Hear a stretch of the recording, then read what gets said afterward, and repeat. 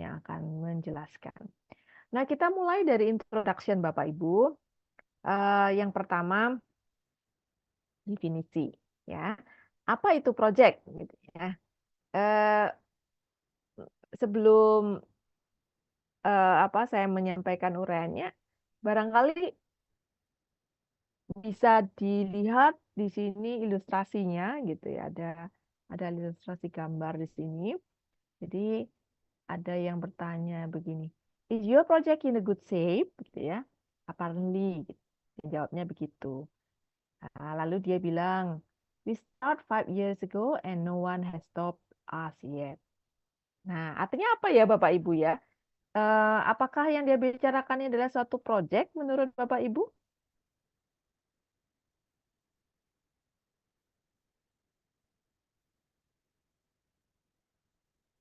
Apa itu project sebenarnya? Ya. Kita melihat gambar karikatur ini sebenarnya membahas tentang satu karakteristik dari suatu project. Nah, adakah yang tahu Bapak Ibu? Ayo saya mengundang Bapak Ibu untuk berpendapat.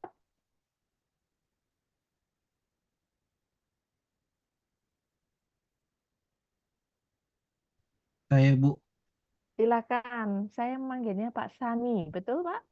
betul Bu. Ya, silakan Pak Sani. Kalau dari karikaturnya mungkin ini apa ya Bu ya? Proyek itu harus berdasarkan time base ya, atau waktu ya Bu ya. Soalnya udah Ya. 5 tahun yang lalu belum kelar-kelar gitu. Hmm. Ini dipertanyakan ini, proyek kok 5 tahun ya, nggak kelar-kelar dan tidak ada yang stop. Kan itu ya, yang ingin disampaikan. Bentar, saya cari dulu. Nah, apakah yang dibicarakan ini suatu proyek, Pak?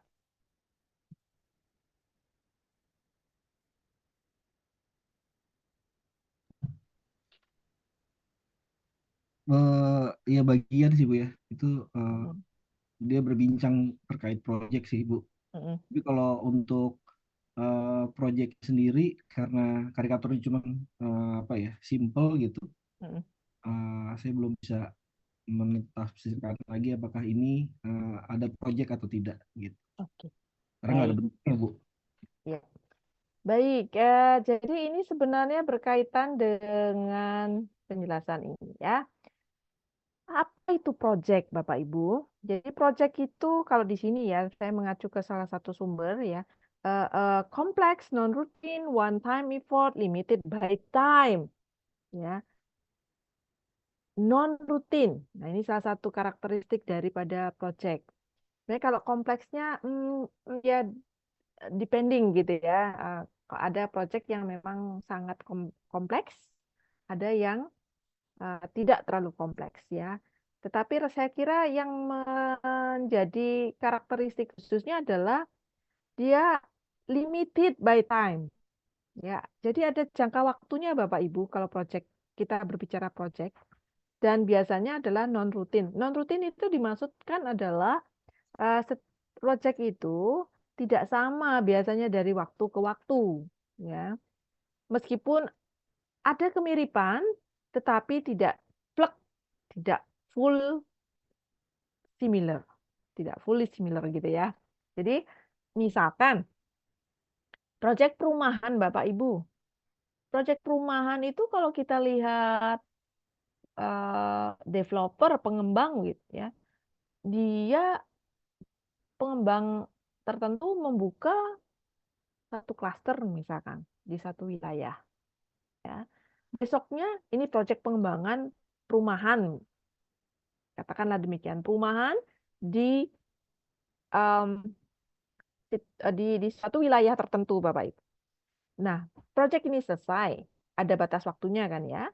Nah, setelah selesai, mungkin developer ini suatu saat akan membangun sebuah klaster baru lagi, gitu, ya. Which is sebenarnya in general ya proyek konstruksi, ya membangun perumahan. Tetapi klaster ini dilakukan di tempat yang berbeda, area yang berbeda, biasanya juga desainnya yang berbeda, begitu ya. Ini adalah merupakan proyek baru lagi, gitu. Ya, jadi nggak sama, nggak persis sama, meskipun sama-sama mendirikan perumahan. Ya, itu yang dimaksud non rutinnya di sini. Ya, kemudian time. Nah, ini project itu ada batasan waktu, ada batasan budget biasanya dan resource-nya, ya. Dan juga tentunya performance specifications-nya itu juga berbeda dari waktu ke waktu dan biasanya didesain untuk memenuhi kebutuhan customer.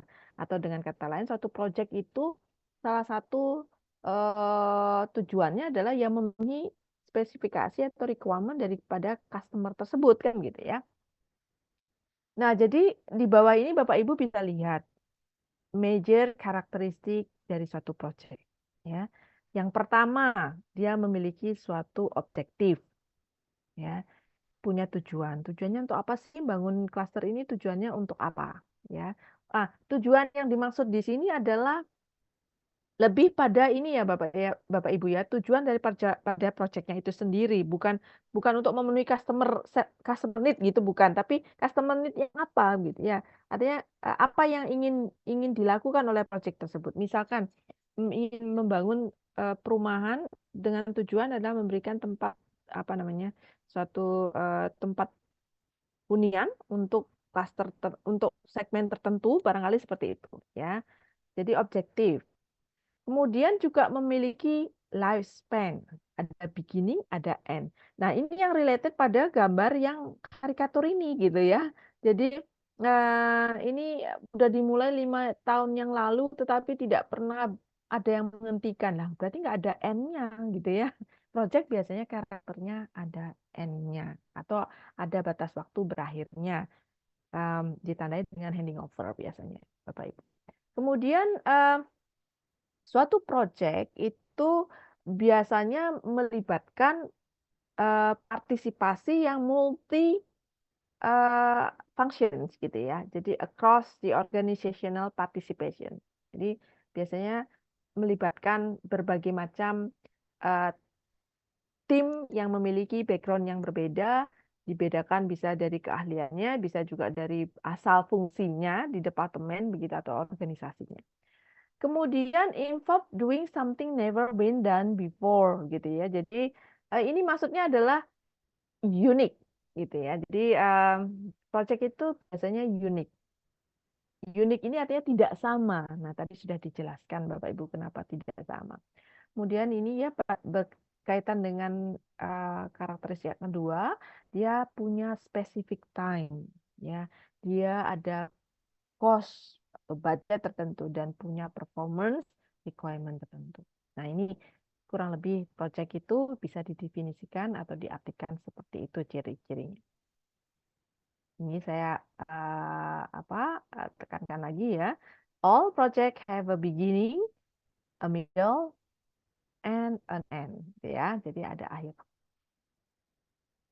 Baik, lalu apa bedanya project dengan program, gitu ya?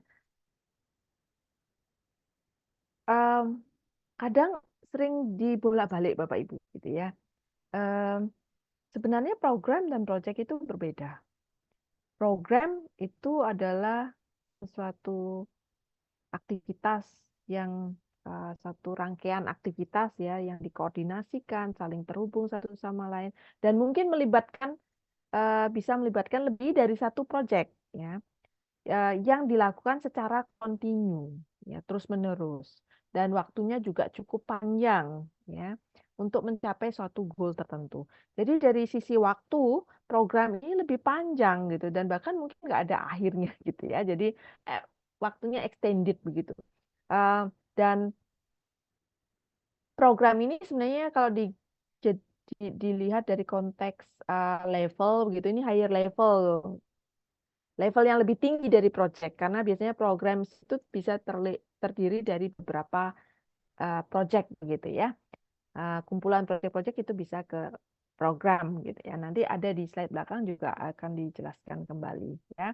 Kalau di contoh di sini mudahnya ini kalau mengikuti mata kuliah ini suatu project Bapak Ibu gitu ya. Projectnya completion of required course in project management. Lulus kuliah ini project Bapak Ibu ya.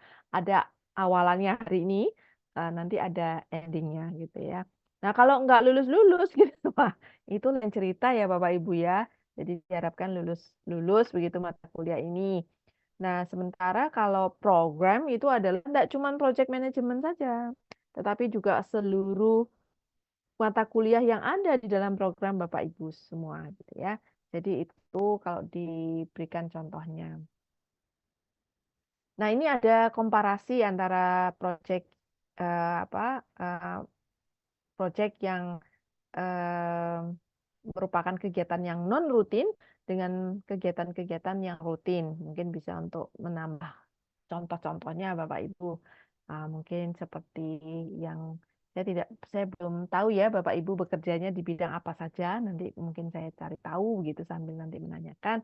Barangkali ada yang di antara contoh itu yang relevan dengan tempat kerja Bapak Ibu ya.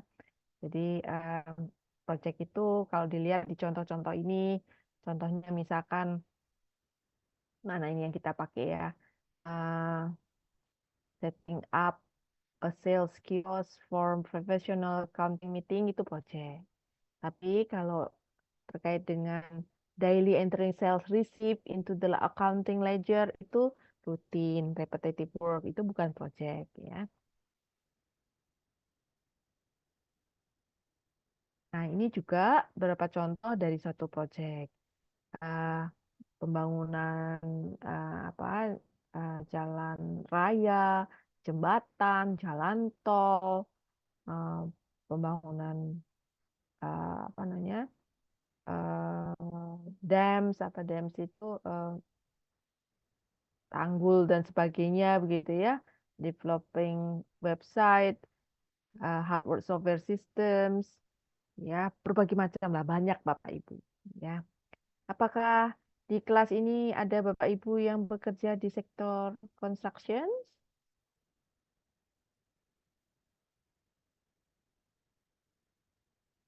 Ada Bapak Ibu? Oh, ada. Satu ya. Pak MHD-nya apa, Pak? Muhammad, Bu. Muhammad. Oh, oh iya. Mohon Hmm. maaf biasanya moh gitu ya. Iya, ini agak unik. Agak unik ya. Pak Keisha. Oke. Di konstruksi ya, Pak ya? Iya, Bu, saya di konstruksi sama di konsultan. Konsultan. Konstruksi apa, Pak? Lebih ke rumah sih, Bu. Rumah ya? Rumah, renovasi rumah. Perumahan. Sama pembangunan rumah biasanya. Oke, baik. Ini ada satu contoh lagi ya. Terima kasih Pak Kesya. Terima Apakah kasih, ada, Bu. nih, apakah ada yang software developer?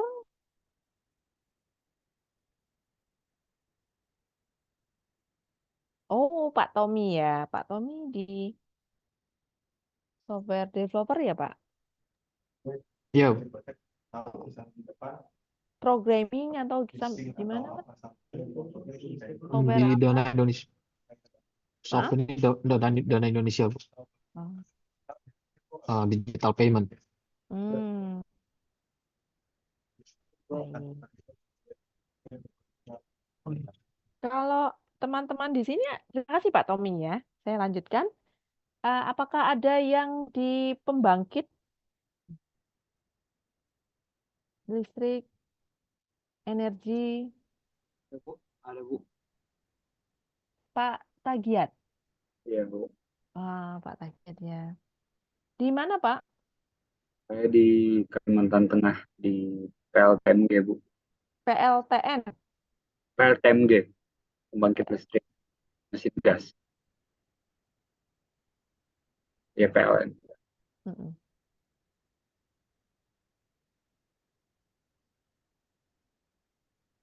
Oke. Baik, sementara ini. Nah, ini dari tadi kok bapak-bapaknya semua ya. Ibu-ibu ini bekerja di mana ya? Eh, ada yang di banking?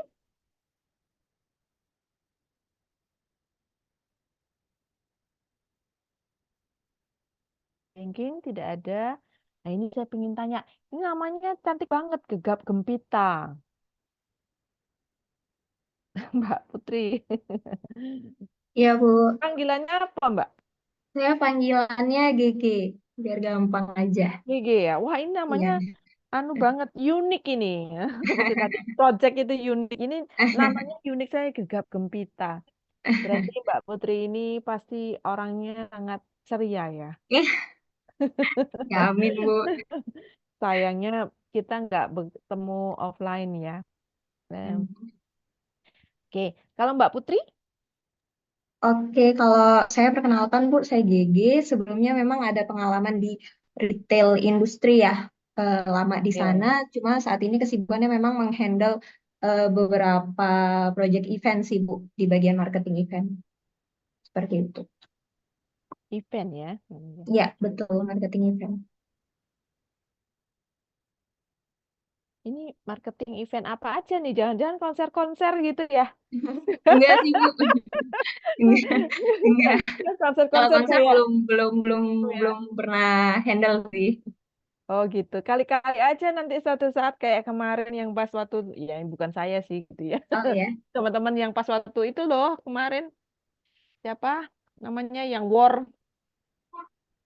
tiket Oh, yang Coldplay, ya Bu. semoga iya suatu Coldplay saat ya. boleh boleh ada kesempatan untuk handle event konser juga boleh Oh, sih Bu. oh, ya amin amin ya kemarin saya sih nggak ikut cuman melihat keseruan ya ampun sampai anu ya pada perang mencari tiket begitu ya.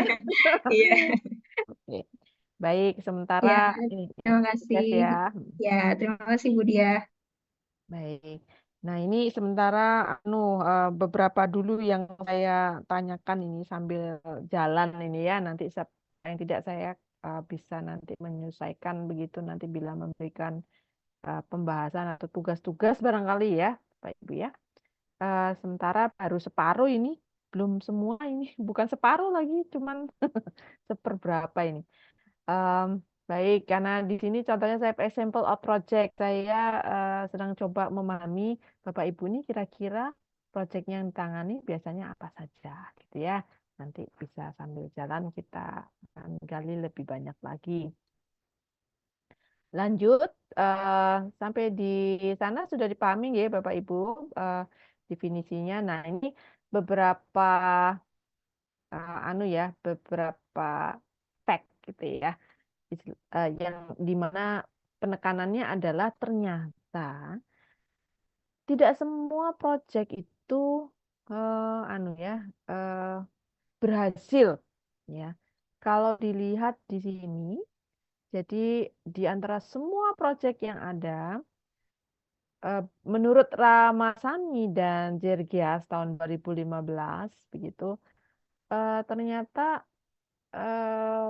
proyek-proyek itu ada banyak yang diselesaikan di bawah ekspektasi gitu ya, perform below expectation. Kemudian menurut sumber lain menyatakan bahwa dari sekian banyak proyek diambil sampel gitu ya dari 10 large and complex project, schedule-nya overrun gitu ya. 55% ya rata-ratanya. Kalau tidak schedule-nya overrun, budgetnya yang overrun gitu ya. Seringkali seperti itu. Artinya ada possibility over budget ya atau overtime seperti itu.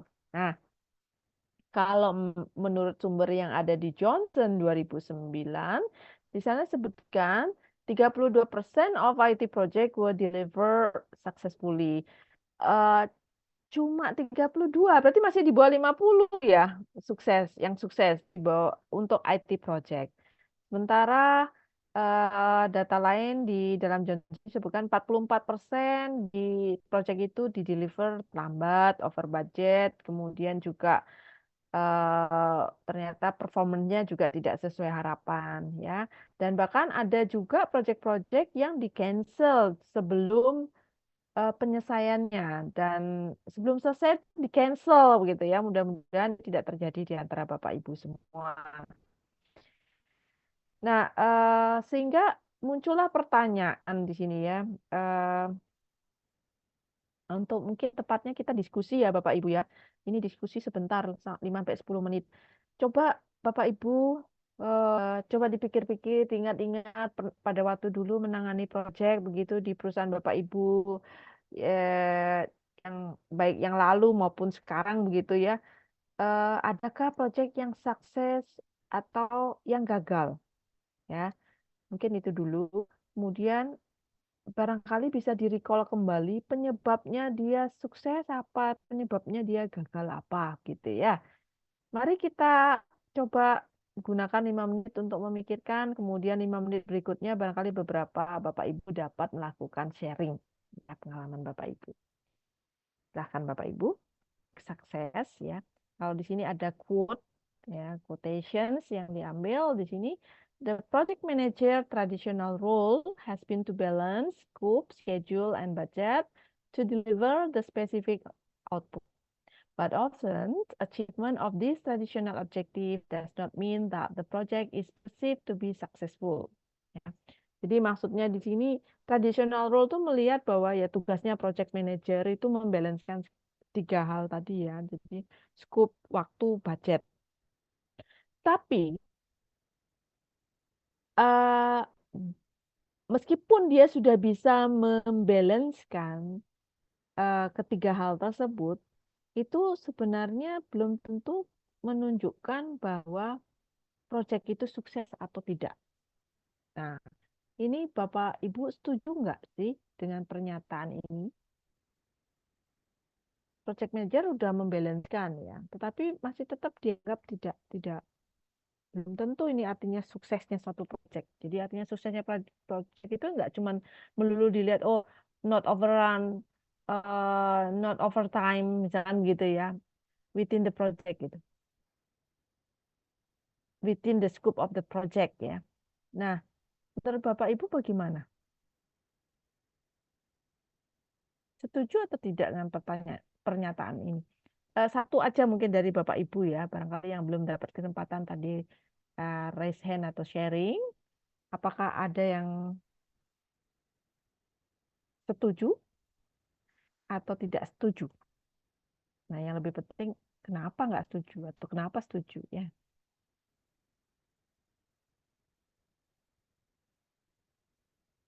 Dan juga ada penjelasan. Jadi successful project itu memang dilihat dari seberapa baik dia mendeliver suatu output, gitu ya. Dan bagaimana dia berkontribusi untuk bisa memenuhi objektif yang disepakati. Ya, seberapa baik ya dia bisa berkontribusi dalam pemenuhan objektif yang disepakati. Ya, ini mungkin tadi yang sama seperti yang Pak Salam sampaikan ya, terkait dengan objektif tadi ya, kalau nggak salah apa ya, goal apa objektif yang tadi Bapak gunakan ya sebagai term gitu ya. Nah, juga sukses suatu proyek yang sukses itu diharapkan punya minor negatif efek ya. Objektifnya juga ya mestinya ya konsisten gitu dengan kebutuhan daripada owner dalamnya dan mana yang menjadi prioritas di society gitu ya. Ini kalau beberapa proyek dampaknya atau efeknya itu nggak cuma di internal saja, tetapi berdampak pada masyarakat yang lebih luas ya. Biasanya proyek-proyek di government seperti itu. Nah, kemudian juga di apa namanya ditambahkan di sini suatu proyek yang sukses itu tidak cuma kesuksesan yang sifatnya short term, tetapi juga memberikan suatu manfaat di kedepannya gitu ya, long term benefit dari proyek tersebut. Nah, ini menurut Samset dan Volden di 2015. Kalau di gambar yang ditunjukkan di slide ini, Bapak Ibu bisa lihat, di sini sukses itu memang kita bisa lihat dari dua aspek ya Bapak Ibu. Performance itu bisa kita bagi. Ada yang kita klasifikasikan atau kita golongkan di strategic performance dan ada yang tactical performance ya. Tactical performance ya, ya ini yang tadi yang berkaitan dengan cost, kemudian dengan scope barangkali tadi time, quality. Nah, itu yang di project tersebut ya. Namun sebenarnya untuk lebih jauhnya lagi, suatu proyek itu tidak hanya bisa dilihat dampaknya pada proyek itu saja, tetapi skup yang lebih luas ya. Contohnya di sini dampaknya ke society ya. Ini yang tergolong dalam eh, strategic performance.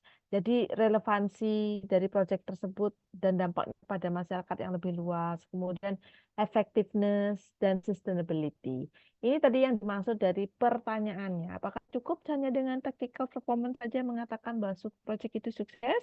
Nah, kalau menurut si Samset dan Volven ini, itu mestinya lebih dari hanya sekedar cost, time, and quality, tetapi juga melihat dampaknya, ya ke masyarakat. Jadi diharapkan ada minor negative effect, kemudian keberlanjutannya, kemudian juga ada relevansinya terhadap pemenuhan objektif yang disepakati.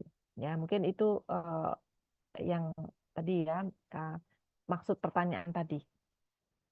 Nah, Bapak Ibu, kita lihat di slide berikutnya. Di sini ada suatu eh, apa mapping begitu ya, di mana di sini kita lihat masih berkaitan dengan penggolongan suatu proyek, apa kaitannya dengan apa yang dimaksud dengan suksesnya suatu proyek ya. Kalau dilihat di margin ini, kalau dilihat dari strategic performance yang eh, sudah ditunjukkan di slide sebelumnya dengan tactical performance, kita bisa membagi uh, apa namanya kotak ini menjadi 4 uh, margin gitu ya. Jadi ada 4 area. Yang pertama ini yang disebut dengan type 1 ini highly successful project. Kemudian type 2 ini atau penggolongan yang kedua ini ada inefficient atau expensive project. Kemudian yang ketiga wrong type of project. Lalu yang keempat adalah completely failures. Nah, yang dimaksud di sini, yang ingin coba dijelaskan melalui gambar ini adalah terkait dengan bahwa terkadang beberapa pihak tertentu, eh, misalkan publik itu sering lebih concern pada bagaimana atau penyebab dari gagalnya suatu proyek dilihat dari sudut pandang taktikal, ya, taktikal daripada melihat secara strategiknya tuh seperti apa gitu ya. Jadi tactical ini artinya budgetnya ini masuk nggak gitu, efisien nggak dan waktunya bagaimana gitu, overtime nggak gitu ya. Jadi kalau di contohnya di sini diberikan the public tends to put more attention on inefficient project which are over budget or late, type 2 ya, inefficient atau expensive ini, rather than the project which are not meeting society need, tipe yang ketiga. Jadi lebih sering melihatnya itu dari sisi yang taktikal, bukan yang strategik. Ya, Eh, sehingga sebenarnya kalau kita kembali ke pertanyaan sebelumnya ya, eh, mestinya mengatakan suatu proyek itu sukses not only limited to the tactical performance eh, apa saja gitu ya, tapi juga bisa melihat dampaknya itu tadi, kontribusinya bagaimana dan relevansinya ya. Nah, sebenarnya di sini eh, juga ingin mengundang begitu ya Bapak Ibu sharing gitu ya. Barangkali satu orang saja. Adakah di proyek yang pernah Bapak Ibu tangani dia gagal, tapi sebenarnya dia memiliki atau dilihat dari strategic performance-nya itu tidak sepenuhnya dibilang gagal ya. Jadi dia mungkin di tipe 2 dan antara 2 dan 3 ini ya, bukan completely failure sebenarnya gitu ya. Adakah yang seperti itu?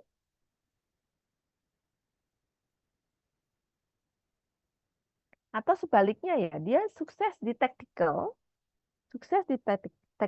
tetapi sebenarnya dari sisi apa namanya strategic performance-nya, kontribusi ke masyarakat atau society sebenarnya nggak banyak memberikan eh, efek atau dampak. apakah ada di antara Bapak Ibu yang memiliki pengalaman dalam konteks ini?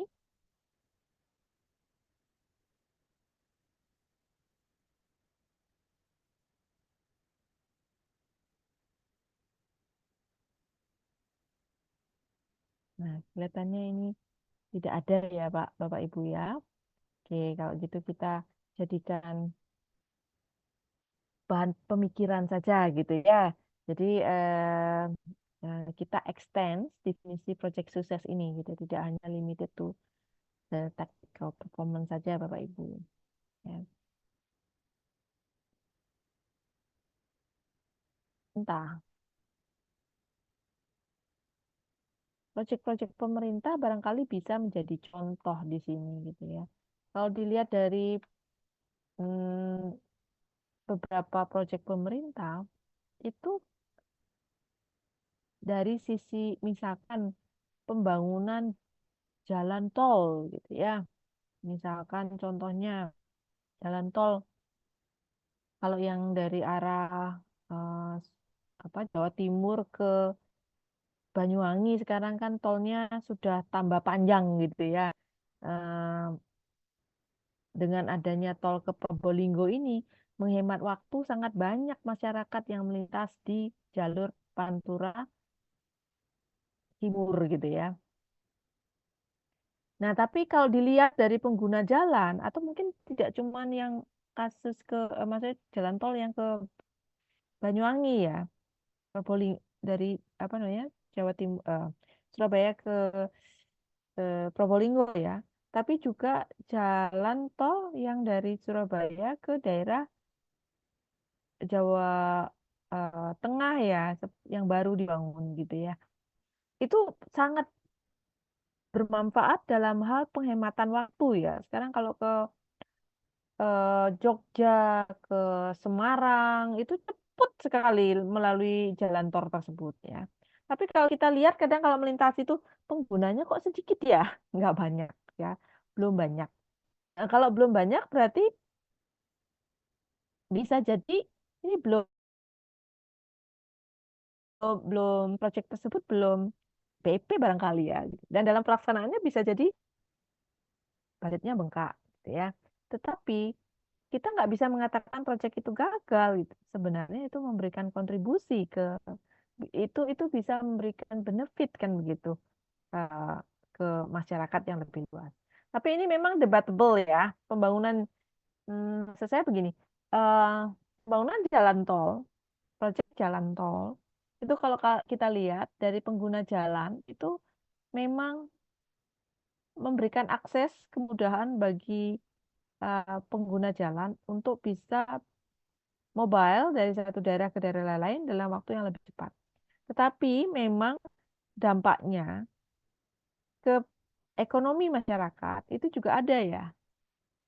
Contohnya kalau yang ke jalur tol ke Bali ya, ke Probolinggo lah gitu. Itu lumayan kalau lewat tol itu. Tapi jadinya orang nggak bisa berbelanja ya di jalan-jalan yang biasanya dilalui kalau dulu belum ada tol ya. Biasanya kan orang berbelanja ya. Ini sekarang sudah dilewati saja gitu.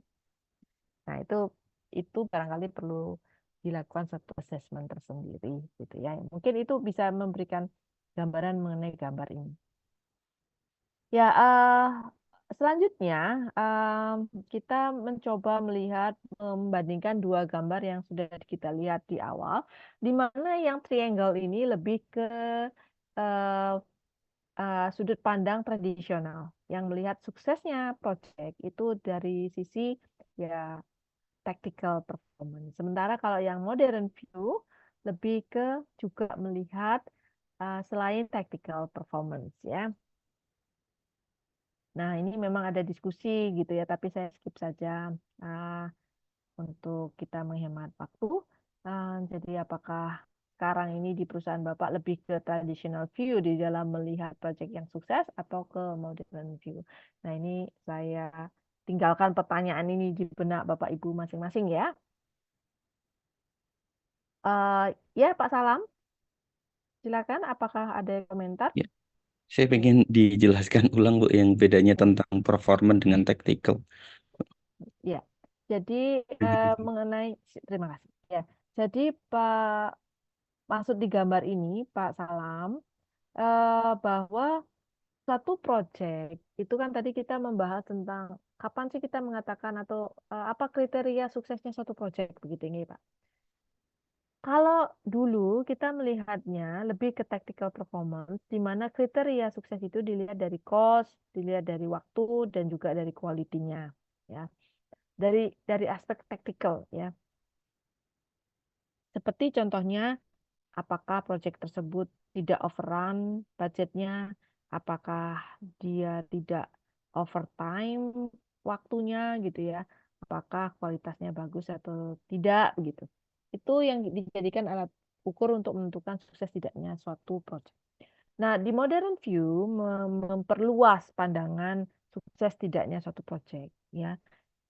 Sukses tidaknya suatu proyek itu juga perlu dilihat dari pandangan strategik, ya. Dilihat dari relevansinya, ya. Relevansi terhadap apa?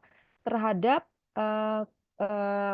objektif yang sudah disepakati, begitu ya. Kemudian juga dilihat dari efektif enggak gitu ya. Efektif ini dilihat dari ya cost and benefit-nya dan bagaimana dia melakukan prosesnya gitu ya. Nah, dan juga dilihat dari dampaknya Pak Salam. Jadi apakah dia memberikan efek positif yang banyak atau lebih banyak begitu ya. Atau sebaliknya apakah dia memberikan efek negatif efek negatif yang minor atau tidak gitu ya. Juga dilihat dari jangka panjangnya, keberlanjutannya, Pak Salam. Jadi kalau melihat kriteria yang dilihat dari strategic performance, maka kalau kita melihat suatu project yang meskipun budgetnya itu masih di dalam batasan gitu ya, tidak over budget, cost-nya, kemudian waktunya juga diselesaikan. Tetapi kalau proyek itu memberikan dampak yang tidak baik bagi society, belum tentu dianggap sukses. Atau misalnya proyek itu tidak memberikan suatu keberlanjutan. Ya keberlanjutan apa ini? Itu nanti bisa didefinisikan tergantung proyeknya gitu ya. Itu juga nggak bisa dikatakan baik gitu ya. Dan tadi relevansi ya. Misalkan Bapak mendirikan suatu proyek Pak Salam tadi kan, mungkin tadi ya ada Bapak Ibu yang di energi gitu ya, pembangkit dan sebagainya, mendirikan suatu proyek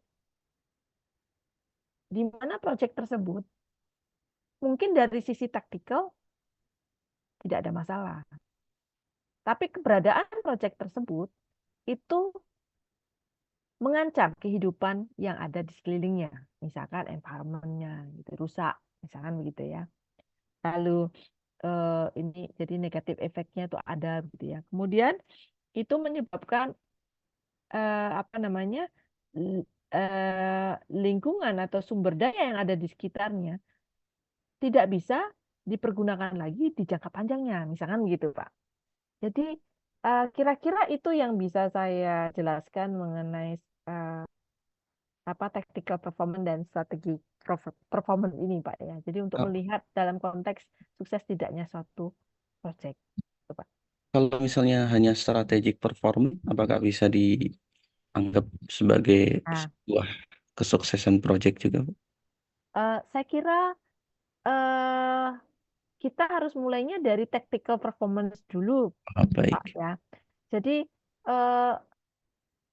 kalau misalkan proyek itu mungkin bagus untuk apa namanya jangka panjang untuk society ya, seperti contoh tadi jalan tol gitu. Tetapi kalau misalkan dari sisi biayanya terlalu bengkak gitu ya, benefit and cost ratio-nya juga tidak apa namanya tidak efektif atau tidak ideal begitu. Kemudian kualitasnya jelek, ya waktunya juga terlalu panjang begitu. Itu juga kan tidak bisa dikatakan baik ya proyek tersebut. Jadi kalau saya melihatnya project yang sukses itu ya paling tidak project tersebut ya cost-nya sesuai dengan budgetnya yang ditetapkan, waktunya juga sesuai dengan waktu yang sudah ditetapkan dan berkualitas. Imbuhnya gitu. Tambahannya adalah ini yang tadi gitu Pak. Jadi jangan Baik. dulu ini kan bermanfaat tetapi kemudian nggak karu-karuan biayanya gitu ya. Nah itu kan juga dari sisi visibility dan lain sebagainya itu juga perlu ditanyakan ya Pak ya. Baik, Kadang-kadang terima gitu. kasih Jadi penjelasannya Bu Dia. sama-sama Pak. Kita lanjut nih. Nah ini tadi di project sebentar. Nah di project berikutnya kita membahas tentang project life cycle. Ya tentunya kita perlu mengingat kembali dan saya yakin Bapak Ibu juga sudah aware ini bahwa proyek itu memiliki life cycle. Biasanya kita menggolongkan life cycle-nya dimulai dari fase defining yang mendefinisikan di proyek, kemudian ada fase planning atau tadi disebut juga initiating gitu ya. Kemudian executing, kemudian closure, ada penutup ya. Fase-fase ini secara umum ya yang biasanya dipergunakan. Jadi di tahap defining di mana kita mendefinisikan sebenarnya tujuan daripada proyek itu apa ya. Menurut saya menentukan tujuan ini sangat penting gitu. Karena apa? Tujuan inilah yang mengelit begitu bagaimana nanti proyek itu akan dieksekusi ya. Misalkan kalau kita ingin bangun jalan raya, jalan tol Bapak Ibu misalkan. Untuk apa sih membangun jalan tol? Kalau tujuannya misalkan adalah untuk yang pertama atau yang jadi prioritas mempersingkat jarak tempuh antar wilayah, maka hal yang tadi saya sampaikan bahwa ternyata jalan tol itu menyebabkan ekonomi masyarakat sekitarnya jadinya yang dulunya dilewati gitu penjual itu nggak mungkin nggak bisa lagi gitu kan ya. Tetapi pembangunan jalan tol memenuhi goal tadi. Nah, misalkan seperti itu. Jadi definisikan goals-nya itu apa, gitu. Tujuannya apa untuk proyek tersebut sehingga nanti semua sumber daya diarahkan untuk bisa mendeliver objektif atau goal tadi. Nah, itu yang pertama, kemudian spesifikasinya itu juga harus didefinisikan. Nah, ini penting sekali Bapak Ibu, saya yakin kita semua sepakat mengenai ini. Karena spek inilah yang nanti menentukan apa yang Bapak Ibu janjikan sebagai luarannya dan itu yang berpengaruh kepada nanti cost dan juga biayanya ya. Nah, tentunya nah ini tadi Pak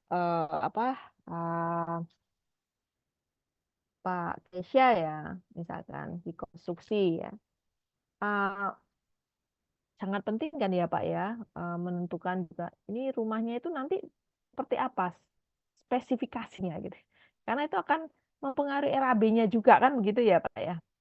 Berubah sedikit saja desain, Ya, uh, Bu, betul. berubah dikit saja desain itu udah ngefek ke biaya nanti ya. Merubah desain yang kelihatannya sepele begitu ya itu dampaknya ke cost lagi gitu. Nah, spek ini penting gitu. Bahkan sampai ke misalkan kalau dari jenis misalkan ya perumahan begitu. Dari ornamennya itu seperti apa, materialnya seperti apa, pengecatan menggunakan bahan apa, misalkan ya jenis cat yang digunakan misalkan begitu ya. Itu harus didefinisikan kalau enggak nanti RAB-nya tidak sesuai dan pada saat di handing over ya diserah terimakan ternyata si klien kecewa gitu ya. Nah, nanti balik lagi ke speknya yang sudah disepakati seperti apa kan gitu. Nah, itu. Jadi spek itu penting, kemudian task. Definisikan tasknya, tugasnya apa ya. Kalau proyek-proyek yang berulang gitu ya seperti tadi pembangunan klaster rumah begitu. Tasnya relatively sudah bisa kita bayangkan, kita definisikan ya seperti apa tahapan-tahapannya. Tetapi ada beberapa proyek yang kasusnya tidak seperti itu gitu. Mulai dari nol baru ya, betul-betul unik. Wah, ini mendefinisikan tas itu bukan suatu hal yang mudah gitu. Apa dulu yang dikerjakan, apa saja skupnya pekerjaannya kan gitu ya. Itu salah satu hal yang perlu diperhatikan di dalam penentuan task. Kemudian responsibilities yang nantinya pada saat assigning sumber dayanya ya, tugas-tugasnya apa ya. Nah, selanjutnya setelah ini didefinisikan dan biasanya di tahapan defining ini kan dirumuskan dalam satu dokumen ya yang nanti dipakai sebagai dasar di dalam kita membuat perencanaan lebih detail lagi. Nah, di planning ini nanti ada masalah scheduling, kemudian budget, resources yang dipergunakan, resikonya, dan bagaimana kita mengalokasikan resource tersebut ya, staffing ini, dan berikut responsibility-nya, itu nanti bisa di breakdown. Lalu selanjutnya, executing, melaksanakan. Ya, di dalam melaksanakan ini perlu ada tadi yang disampaikan oleh Pak Salam, perlu monitoring gitu ya. Jadi status reportnya seperti apa, perubahan-perubahan yang ada seperti apa, kualitasnya bagaimana dalam tiap tahapannya itu perlu dipastikan bahwa sudah sesuai dengan yang uh, uh, direncanakan gitu ya, yang diharapkan. Melakukan forecast ke depannya gitu ya. Misalkan, oh ini sudah jalan sekian bulan, sekian hari, sekian minggu. Lah, tapi kok masih tahapannya sampai di sini. Nah, apakah proyek ini bisa diselesaikan tepat waktu? Itu harus kita estimasikan. Gitu. Nah, kalau nggak tepat waktu, masih belum progres sesuai harapan, ya harus dilakukan sesuatu untuk mempercepat. Misalkan begitu. Nah, kemudian closure ya penutup. Jadi kita perlu antara lain transfer dokumen ya yang diperlukan ya, misalkan perumahan ya surat-suratnya itu perlu ditransfer diberikan, atau mungkin dalam beberapa proyek harus mentrain customer untuk menggunakannya seperti apa, misalkan proyek pembuatan develop website, develop program, software dan lain sebagainya perlu training ke customer ya.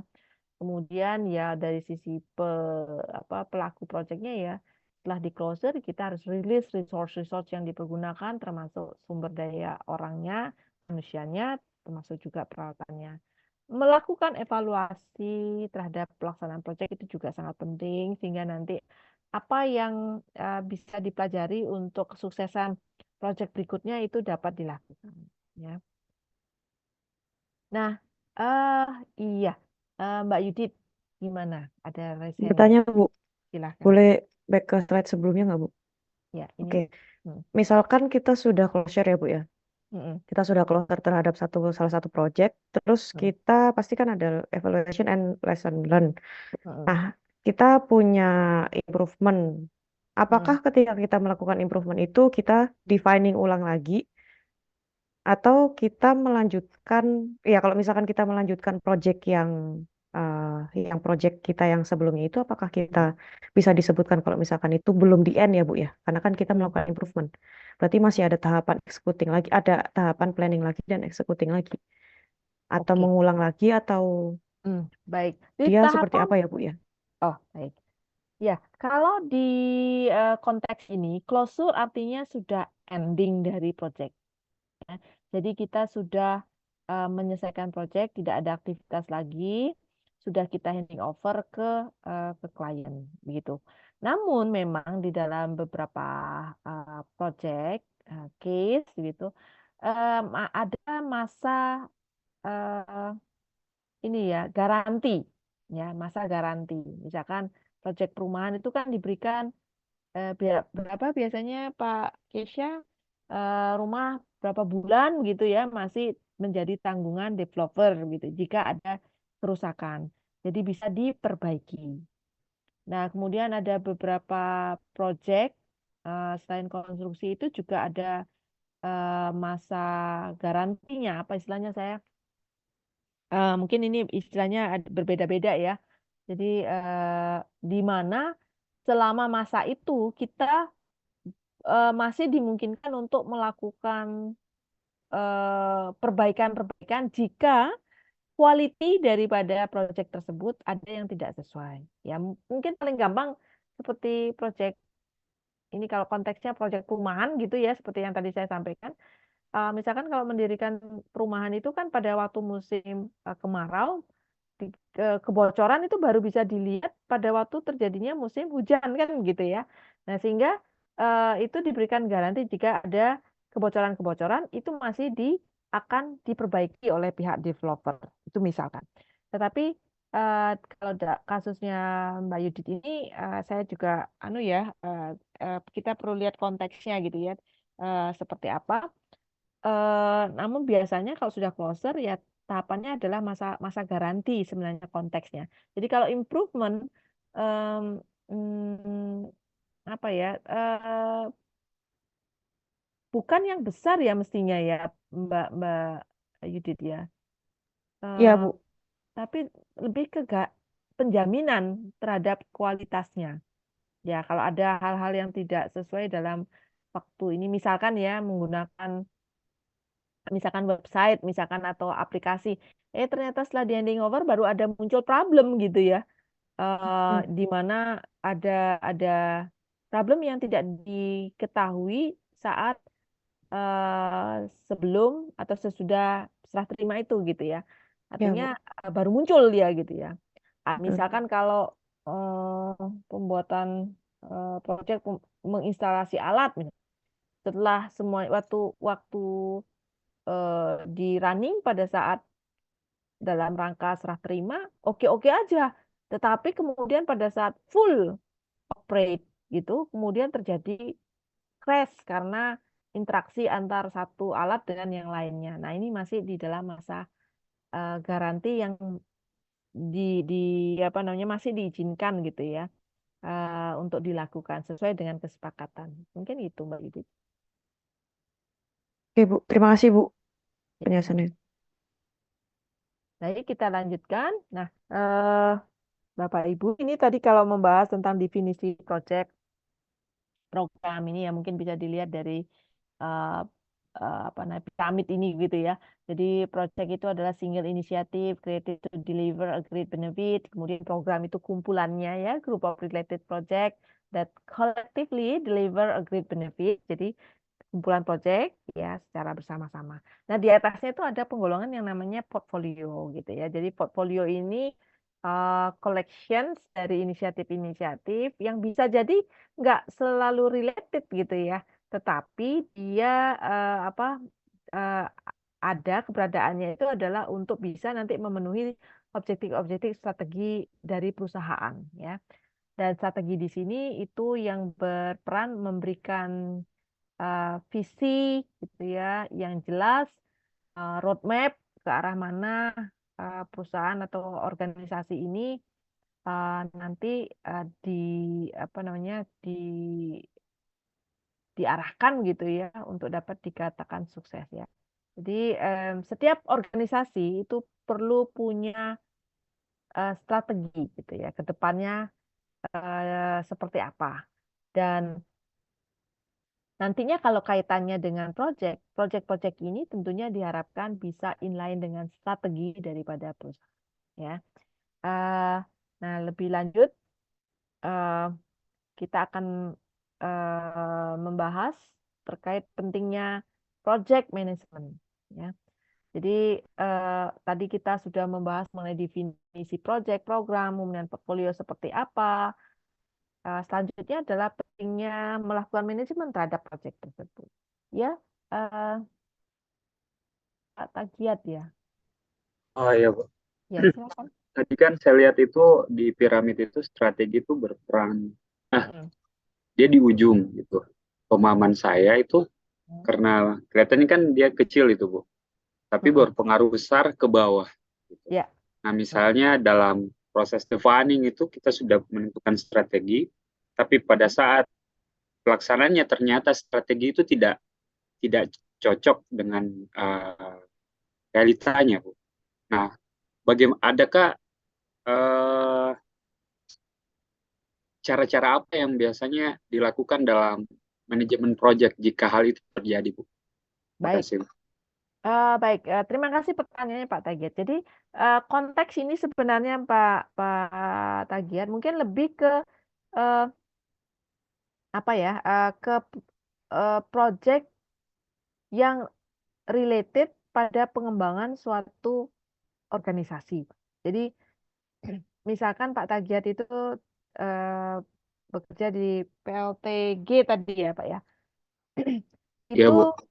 sebagai corporate perusahaan Bapak itu perlu menetapkan strategi ya, long term visionnya perusahaan Bapak ya.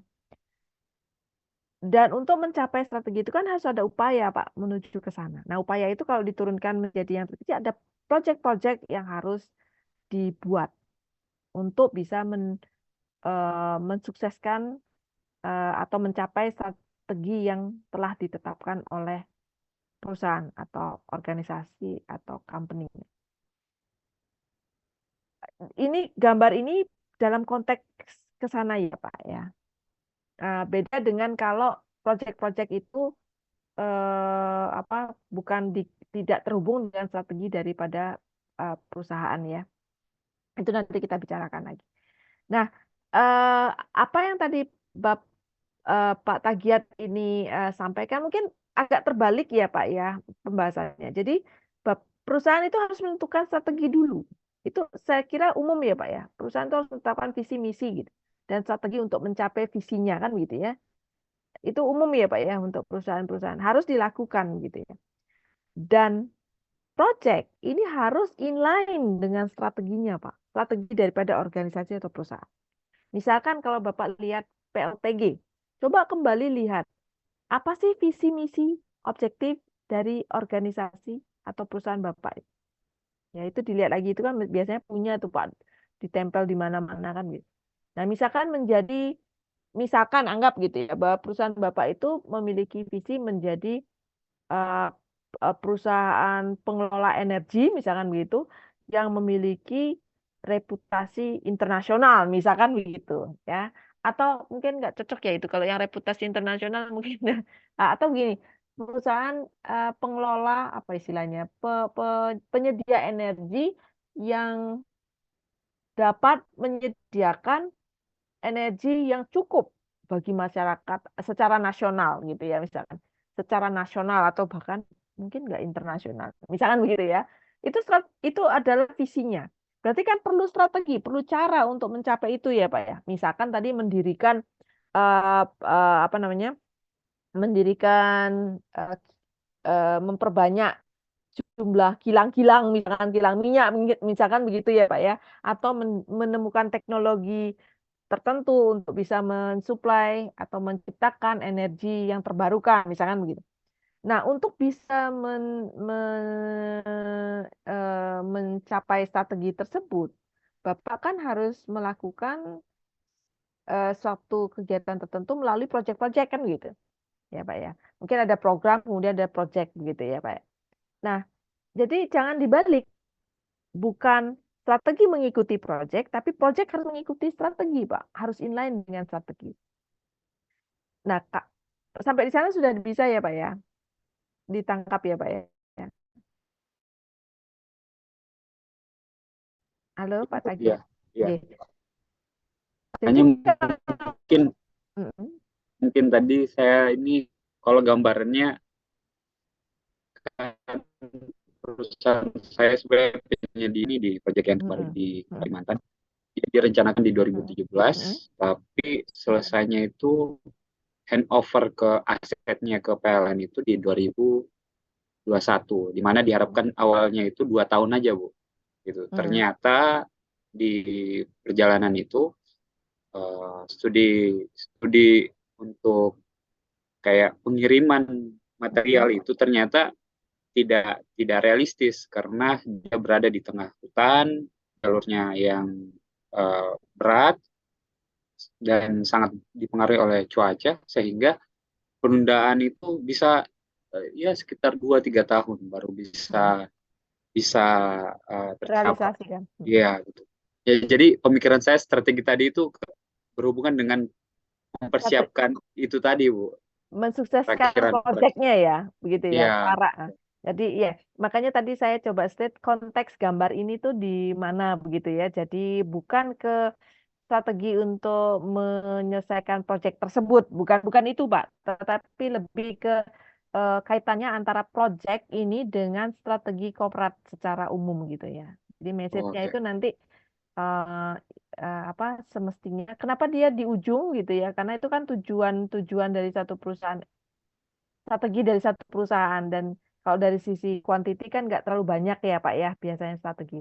Jadi konteksnya berbeda ini Pak, bukan ke bagaimana cara mensukseskan proyek Pak, bukan strategi mensukseskan proyek ini, tapi bagaimana suatu proyek itu bisa membantu perusahaan itu mencapai mensukseskan strateginya gitu Pak. Ya. Oke, Jadi makasih Bu. Iya. oke, baik. Terima kasih juga tadi atas pertanyaannya. Bapak Ibu, ini sudah waktunya jam 8:20.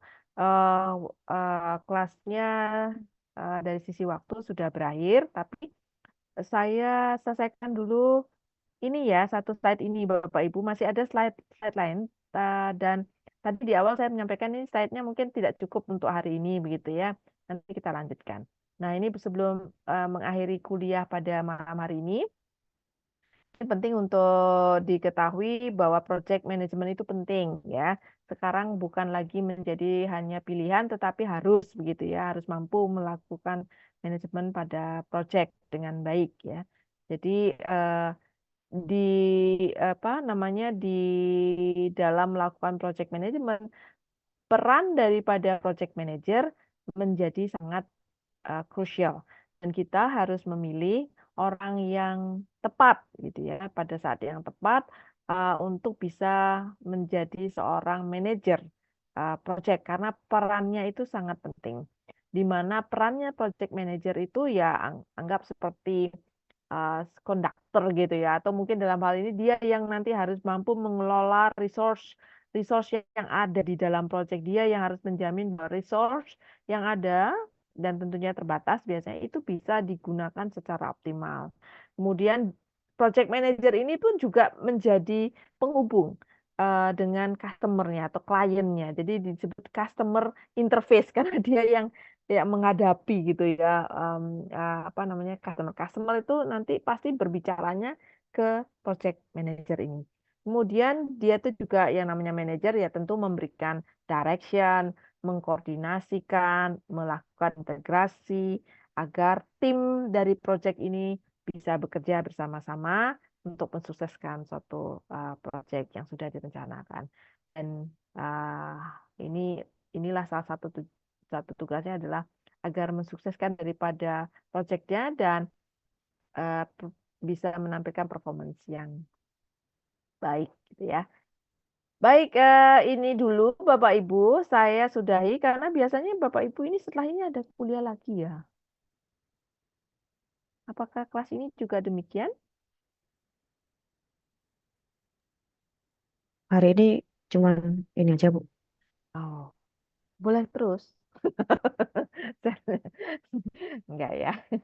Sayanya yang nanti ini ya. Oke. Baik, kita apa cukupkan sampai di sini ya karena em, masih agak panjang juga sih slide-nya nanti. Baik Bapak Ibu, nanti slide akan saya share di MyITS Classroom ya. Terima kasih atas kehadirannya pada kelas perdana ini begitu ya untuk manajemen project khususnya. Semoga apa yang tadi disampaikan dapat memberikan apa refreshing gitu ya untuk Bapak, refresh materi maksud saya gitu ya. Dari untuk Bapak Ibu semua. Baik Bapak Ibu, kita lanjutkan kembali pertemuan atau pembahasan ini minggu depan.